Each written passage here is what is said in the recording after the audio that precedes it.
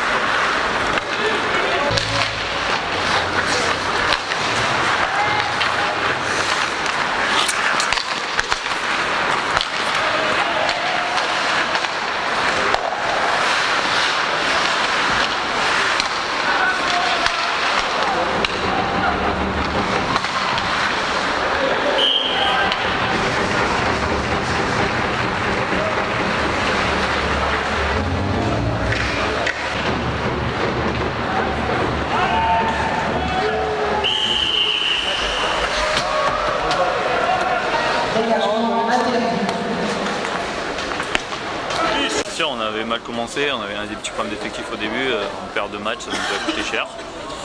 Ensuite, voilà, on a retrouvé notre jeu.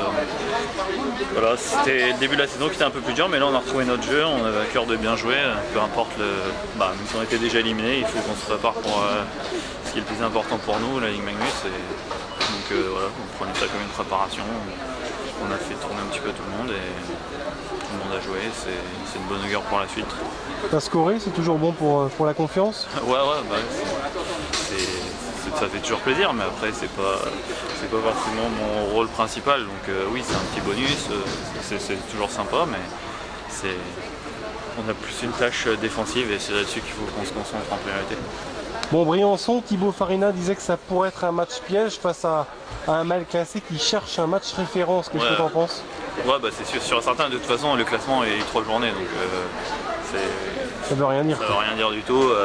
Je sais pas, ils ont mal commencé, mais comme plein de bonnes équipes ont mal commencé aussi, et ça veut en aucun cas dire qu'ils sont à leur place, et on verra à la fin de l'année où ils seront, mais non, c'est une bonne équipe, et ils ont toujours fini en top 6 depuis je sais pas combien de temps, depuis 7-8 ans je pense, donc non, il n'y a pas du tout à prendre à la légère.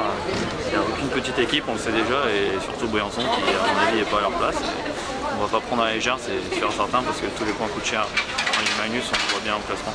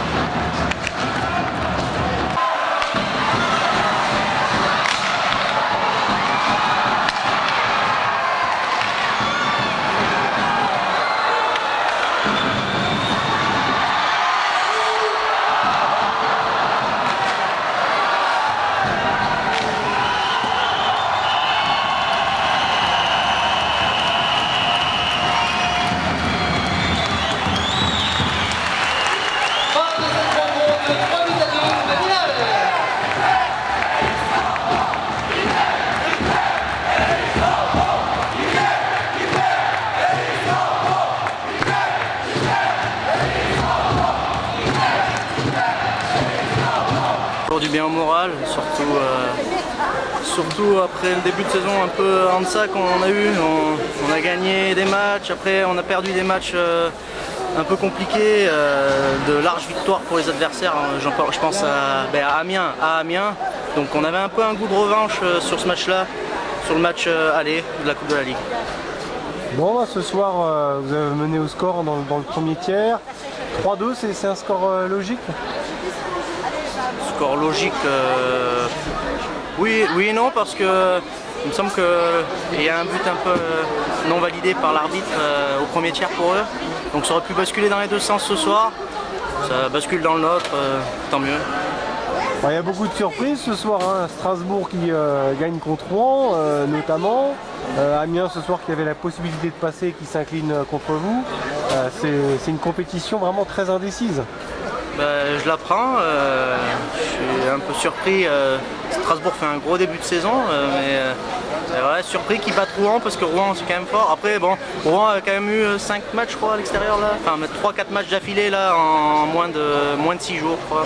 Donc, et tous à l'extérieur, donc bon, compréhensible quand même un peu pour Rouen, mais bon, quand même surpris. Mais ouais, cette équipe d'Amiens ne passera pas, donc du coup, comme nous, et on est un peu déçus nous aussi de cette Coupe de la Ligue qu'on passe pas. Bon, votre prestation là, elle est encourageante à quelques jours de l'accueil de Briançon. La Lanterne Rouge, il ne faudra pas se louper. Hein. Ouais, il ne faudra pas se louper, surtout qu'à mon avis, les montagnards, ils vont vouloir un peu sortir la tête de l'eau, un peu se réveiller, parce que ça va pas très bien en ce moment. Du coup, ouais, il va pas falloir se rater, c'est des points à la maison contre des adversaires directs si on finit dans la zone en dessous. C'est des points à la maison qu'on ne doit pas se rater, on doit les prendre. Bon, tu connais bien ce club-là, toi, forcément? Ouais. T'as encore des attaches? Ouais, non, je connais bien Briançon, forcément. J'ai passé tout mon hockey mineur, 2 ans l'année passée et l'année d'avant, le titre de champion, tout ça, donc ouais, je connais bien. Bon, d'où viennent les dangers, là? Quels sont les joueurs à surveiller? Les joueurs à surveiller, je dirais mon ami Didio Belzamo, ouais, il va vite, donc il va falloir faire attention. Après, je pense que c'est plus toute l'équipe, parce que c'est une équipe qui fait un très mauvais début de championnat et c'est toujours dangereux quand on joue une équipe comme ça, parce qu'elle cherche les points, elle cherche un match référence et pour le moment ils en ont pas, donc ça risque d'être dangereux pour nous.